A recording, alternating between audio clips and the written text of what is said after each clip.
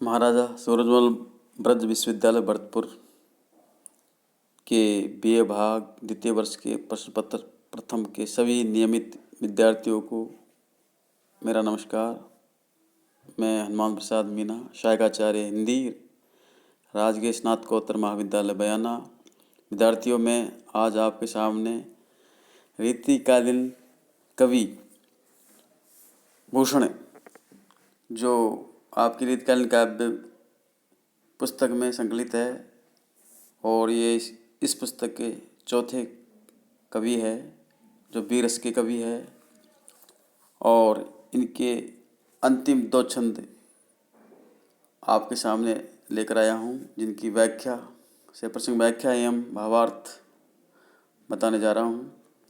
इससे पहले के सारे पद मैंने पहले के वीडियो में से प्रसंग बता दिए हैं। आप मेरे YouTube पर जाकर उन पदों को देख सकते हैं, सुन सकते हैं। भूषण कवि का अंतिम द्वितीय 14 और 15 अंतिम दो छंद में आपके सामने से प्रसंग व्याख्या हेतु रख रहा हूँ। 14वां छंद है वो इस प्रकार है, कवित छंद है, ब्रजभाषा है।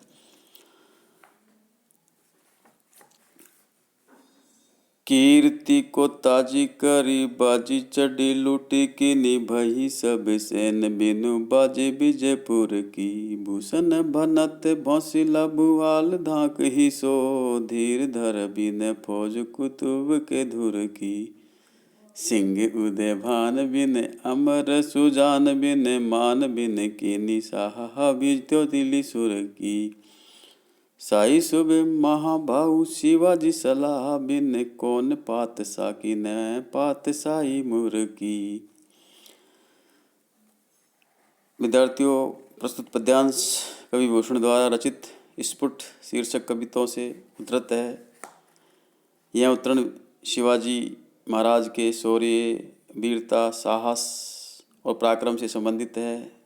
इसमें दक्षिण के राज्य बीजापुर, सिंहगढ़ आदि पर विजय पाने का उल्लेख किया गया है।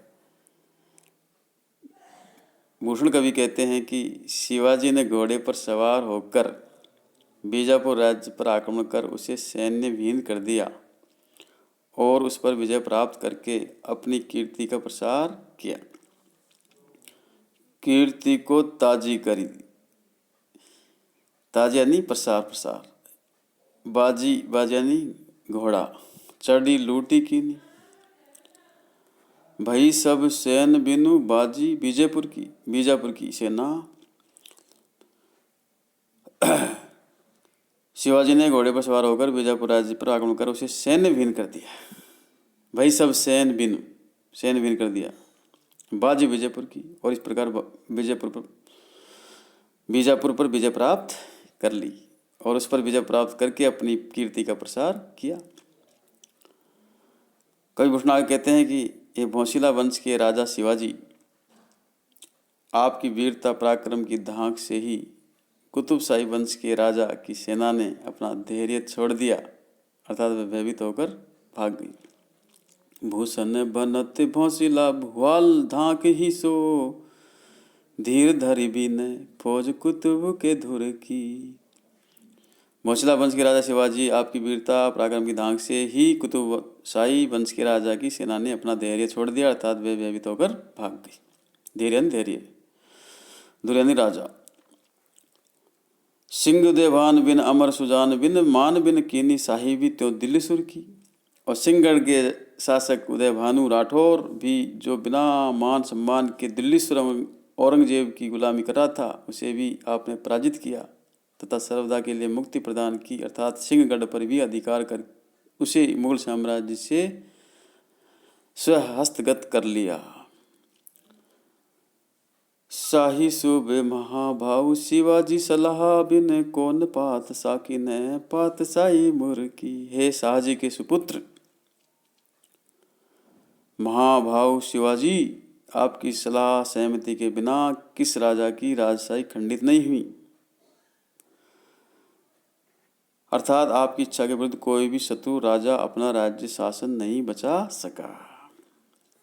इस प्रकार इस पद्यांश में ऐतिहासिक तथ्यों का समावेश किया गया है। बीजापुर, सिंहगढ़ तथा कुतुबशाही वंश जो बहमनी राज्य में चलता था को विजित करने का वर्णन कर कवि ने शिवाजी महाराज के शौर्य, पराक्रम और साहस की प्रशंसा की है।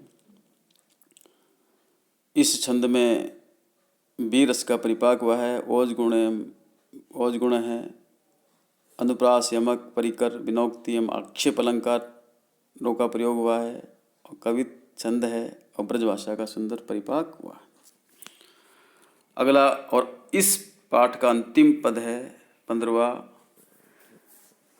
वो इस प्रकार है जो वियोग श्रृंगार से संबंधित है। कारो जल जमुना को काल सो लागत, आली छाई रहो मानो ये विष काली नाग को। बेरिन बही है कारी कोयल निगोड़ी है, ते सोई भंवरे कारो बासी बन बाग को।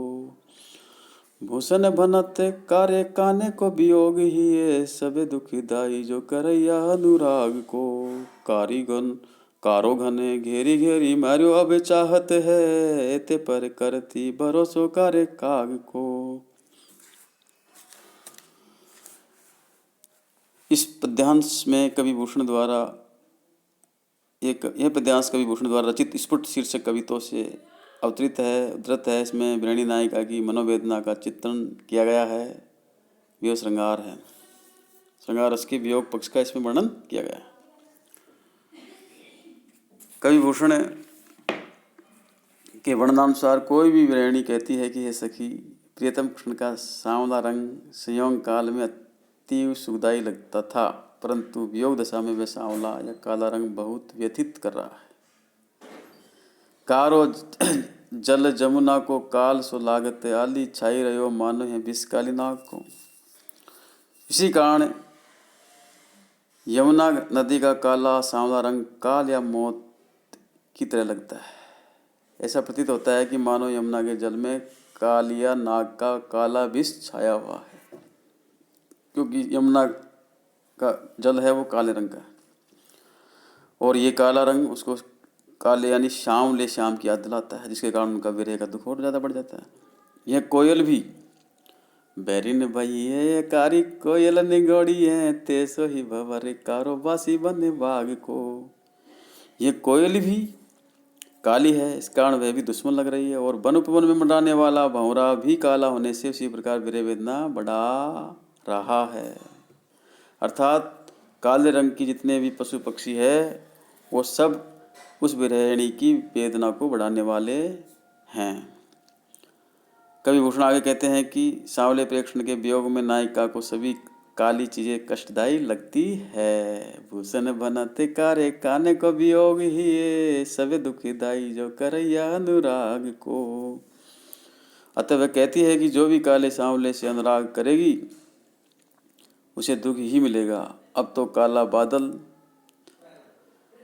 बार बार उमड़ घुमड़ कर हमें मारना चाहता है, इतना हो जाने पर भी वह काले कोये पर भरोसा करना चाहती है। कारो घन बादल, कारो घने घेरी घेरी मारो अब चाहत है। अब तो काला बादल बार बार उमड़ घुमड़ कर हमें मारना चाहता है। एते पर करती भरोसो कारे काग को, परंतु वह प्रियतम के इतना होने जाने पर भी वह काले कोये पर भरोसा करना चाहती है। अर्थात कोआ काला होने से सांवले की तरह कष्टदायी लगता है, परंतु वह प्रियतम के पास संदेश भेजने तथा उनके आगमन की सूचना देने वाला होने से भरोसे लायक है, अर्थात उस पर भरोसा किया जाता है। इसी से विरहिणी नायिका को काले कोये पर भरोसा करना पड़ रहा है, क्योंकि वो उसके प्रियतम के आने का संदेश देने वाला है। इस पद्यांश में भूषण ने अपने ओजस्वी स्वभाव के विपरीत वियोग श्रृंगार का वर्णन कर दिया है। इन छंदों में ये अंतिम छंद है जो श्रृंगार रस से संबंधित है, और इसमें वियोग श्रृंगार है। वियोगिनी नायिका की वेदना एवं आशा का सुंदर चित्रण हुआ है। कवित छंद है, वियोग श्रृंगार रस है, ब्रजभाषा है, और अनुप्रास, यमक, रूपक, परिकर एवं अर्थांतर न्यास अलंकारों का प्रयोग हुआ है। तो विद्यार्थियों, ये थी रीतिकालीन कवि भूषण जिनके अंतिम 2 छंदों की चर्चा, उनकी 6 प्रश्न व्याख्या महाभारत मैंने आपको समझाया। आपने निश्चित रूप से सुना और समझा, इसके लिए धन्यवाद।